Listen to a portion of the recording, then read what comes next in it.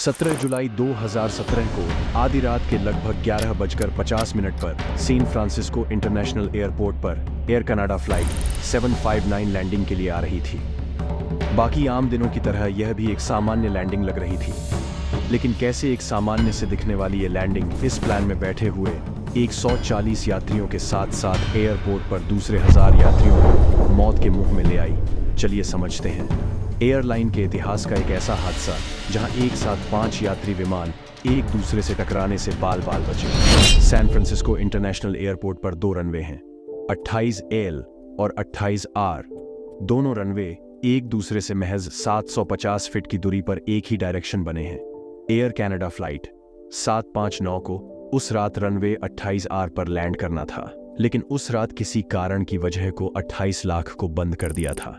लेकिन बदकिस्मती से एयर कनाडा फ्लाइट 759 के पायलट इस बात से अनजान थे कि रनवे 28L उस दिन बंद हैं। अब चूंकि पायलट पहले भी इस एयरपोर्ट पर कई बार लैंड कर चुके थे, इसलिए उन्हें पता था कि रनवे 28R दाएं तरफ वाला रनवे है। अब क्योंकि रनवे 28L की लाइट्स बंद थीं, यहां पायलट एक बहुत बड़ी गलती कर देता है। रनवे 28R के साथ ही टैक्सीवे था, जिसकी लाइट्स को पायलट रनवे 28R समझ लेते हैं। पायलट को लगता है कि रनवे 28R और टैक्सीवे एक दूसरे के साथ साथ बने हुए रनवे 28L और रनवे 28R हैं। उधर टैक्सीवे पर अलग अलग एयरलाइंस की 4 फ्लाइट टेक ऑफ करने के लिए अपनी बारी का इंतजार कर रही थी। United airline flight number 1, Philippines airline flight 115, United airline flight number 863, United airline flight number 118। कुल मिलाकर उन चारों फ्लाइट्स में लगभग 1000 पैसेंजर सवार थे और इन सबसे अनजान एयर कनाडा फ्लाइट 759 काल बनकर उनकी तरफ आ रही थी। नॉर्मल प्रोसेस की तरह उसे दिन भी रनवे क्लोजर के इंफॉर्मेशन नोटम चार्ट में जारी की गई थी। नोटम एक तरह का नोटिस होता है जिससे एयरपोर्ट या उसके आसपास किसी भी तरह के बदलाव की जानकारी एयरमैन और पायलट्स को दी जाती है। आमतौर पर यह नोटम नोटिस काफी बड़ा होता है, जिसमें बहुत सारी जानकारी होती है और कई बार हर जानकारी को अच्छी तरह से पढ़ पाना और समझ पाना मुश्किल हो जाता है।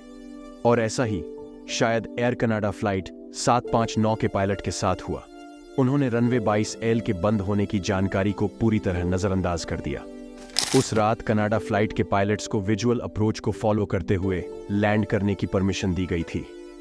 विजुअल अप्रोच में पायलट रनवे को देखकर मैनुअल प्लेन की डायरेक्शन और स्पीड को कंट्रोल करते हुए लैंड करते हैं।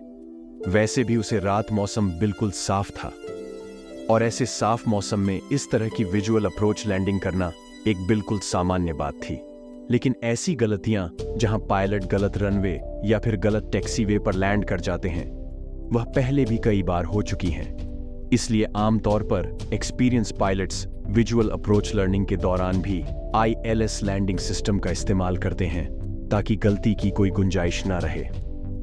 ILS लैंडिंग के दौरान पायलट प्लेन के नेविगेशन सिस्टम में रनवे की फ्रीक्वेंसी फिट करते हैं, जिसके बाद प्लेन का नेविगेशन सिस्टम पायलट को मॉनिटर पर रनवे की सही डायरेक्शन दिखाते रहते हैं और गलती से किसी और रनवे या टैक्सीवे पर लैंड करने की गुंजाइश ना के बराबर हो जाती है। सभी आधुनिक एयरप्लेन में ये ILS सेटिंग्स ऑटोमेटिक हो जाती हैं, लेकिन और कनाडा फ्लाइट में या ये ILS सेटिंग पायलट को मैनुअल करनी थी और किन्हीं अनजान कारणों से उसे रात पायलट ILS सेटिंग को ऑन नहीं करता।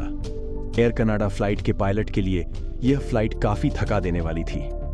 टेक ऑफ और लैंडिंग एयरपोर्ट पर अलग अलग टाइम जोन होने के कारण दोनों पायलट्स काफी थकान और नींद महसूस कर रहे थे। आमतौर पर सभी एयरलाइन पायलट की नींद और आराम का खास ख्याल रखती हैं, ताकि फ्लाइट के दौरान पायलट सही हालात में रहकर सभी महत्वपूर्ण डिसीजन आसानी से ले सकें। लेकिन उन दोनों कनाडा एयरलाइंस में पायलट के आराम के रूल इतनी बारीकी से फॉलो नहीं किए जाते थे। जानकारी के अनुसार एयर कनाडा फ्लाइट के कप्तान पिछले 19 घंटा से सही तरह से सोए नहीं थे और शायद इसी थकान और नींद में वह टैक्सीवे को रनवे समझने की गलती कर बैठते हैं। और जैसे जैसे एयर कनाडा फ्लाइट एयरपोर्ट के नजदीक आती जा रही थी, सबकी नजरों से अनजान मौत का साया धीरे धीरे हजारों लोगों को अपने आगोश में लेता जा रहा था। सैन फ्रांसिस्को एयरपोर्ट पर लैंडिंग के लिए प्लेन आमतौर पर राइट डायरेक्शन से आकर ही लैंड करते थे।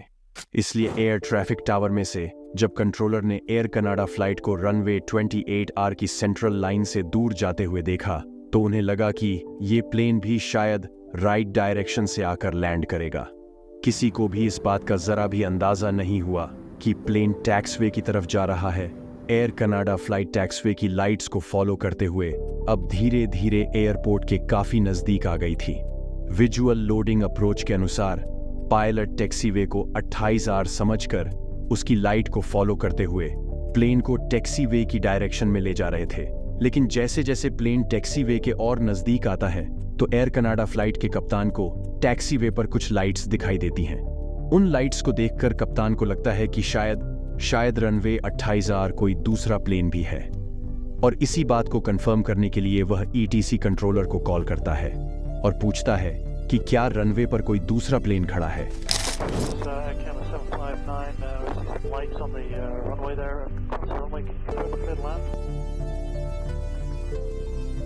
अब जैसा कि ईटीसी कंट्रोलर अभी भी यही समझ रहा था कि Air Canada flight runway 28 R पर लैंड करने के लिए आ रही है, वो रनवे 28 को दोबारा से देखा है और पायलट से कहता है कि रनवे बिल्कुल खाली है और आप बिना किसी परेशानी के लैंड कर सकते हैं।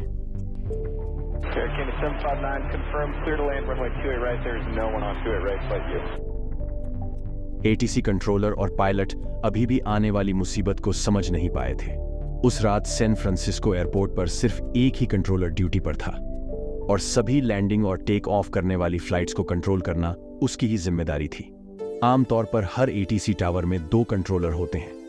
एक कंट्रोलर लैंडिंग और टेक ऑफ को कंट्रोल करता है, तो वहीं दूसरा कंट्रोलर एयरपोर्ट में प्लेन्स की ग्राउंड मूवमेंट को कंट्रोल करता है।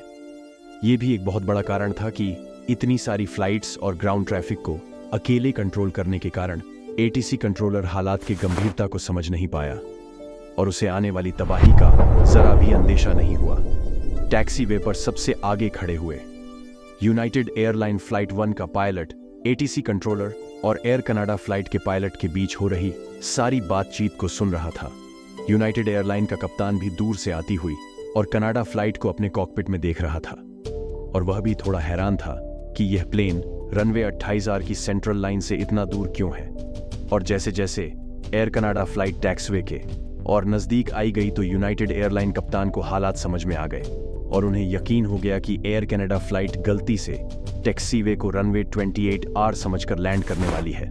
यूनाइटेड एयरलाइन कप्तान बिना कोई सोचे समझे तुरंत अपने रेडियो पर एटीसी कंट्रोलर को बताता है कि एयर कनाडा फ्लाइट टैक्सीवे पर लैंड करने आ रही है।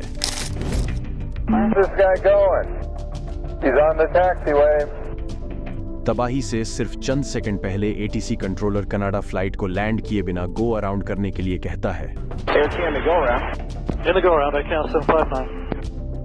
और इसे शायद मौत को चकमा देना ही कहेंगे कि एयर कनाडा फ्लाइट सिर्फ कुछ मीटर के फासले से सभी चारों प्लेन के ऊपर से गुजर गई।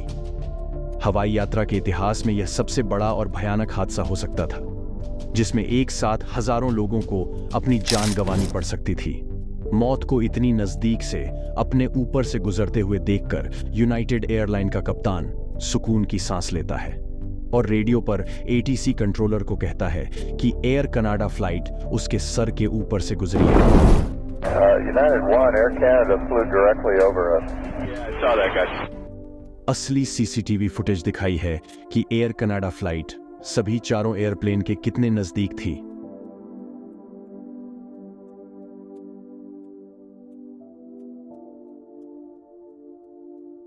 वीडियो कैसी लगी कमेंट करके जरूर बताएं। मिलते हैं अगली एक और इंटरेस्टिंग वीडियो के साथ वापस। बाय।